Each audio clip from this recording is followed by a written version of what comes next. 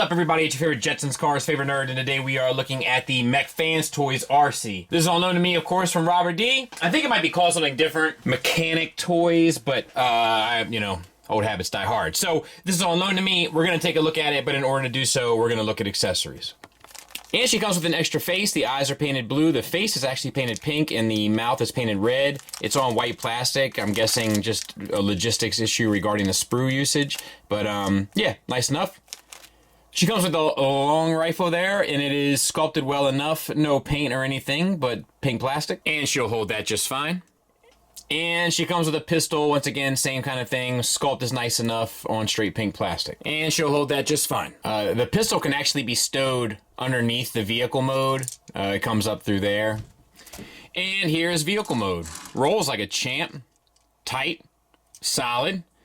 Not the most flashy piece in terms of paint. And kind of the more traditional engineering.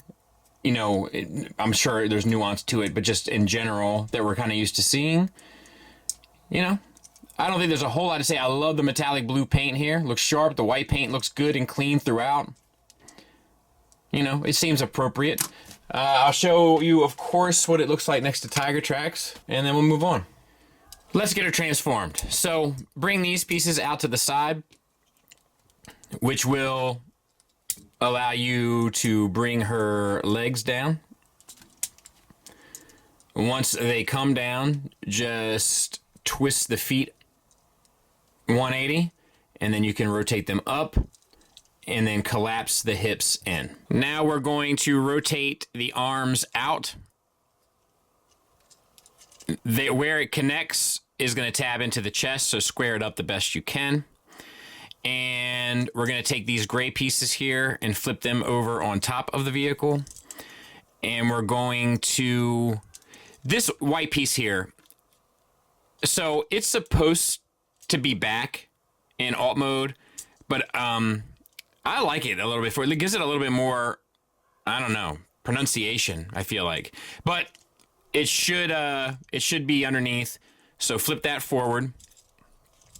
And then bring this whole front section up, tuck the head in and around,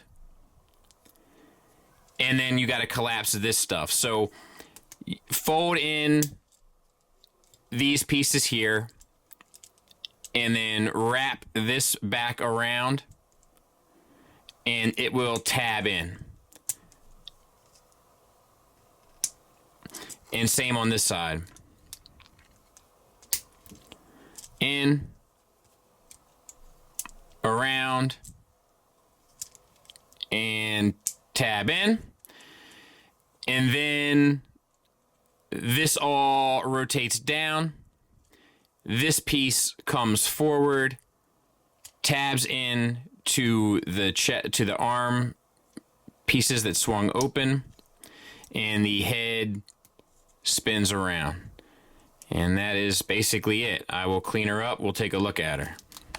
We'll get in tight on the head sculpt for Dennis. As you can see, this one does not have the lipstick, and I think kind of suffers for it, to be honest. There's a little bit lacking here. It looks a little soulless. The head is on a ball peg.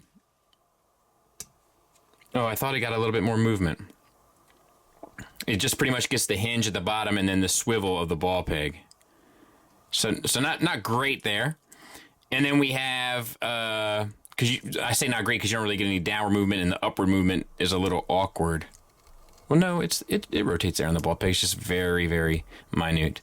Okay, then you have the shoulders. They're on little ball pegs. Get you out to 90 degrees and around until it hits the backpack, which I think is fine. You have a double jointed elbow. Let me back out a taste.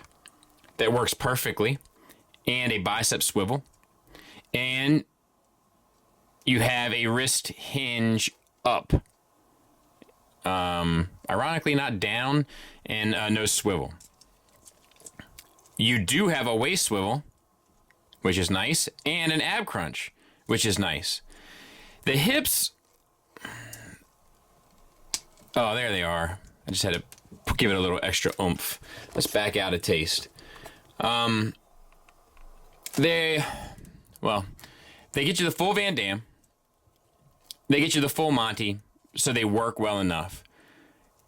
Thigh swivel, it's minute around the ball peg, but I'm okay with that. You also get an additional one down here by the knee that I'm not even sure you really need. Am I? Come on. Double jointed knee, get you the full range. And some decent sculpt work here as well, up here as well. And then ankles, slight tilt up, tilt down, and a toe rocker that gets you a rocker. And some nice accents kind of there on the chest. Like, it's a very decent sort of bare bones approach to Arcee.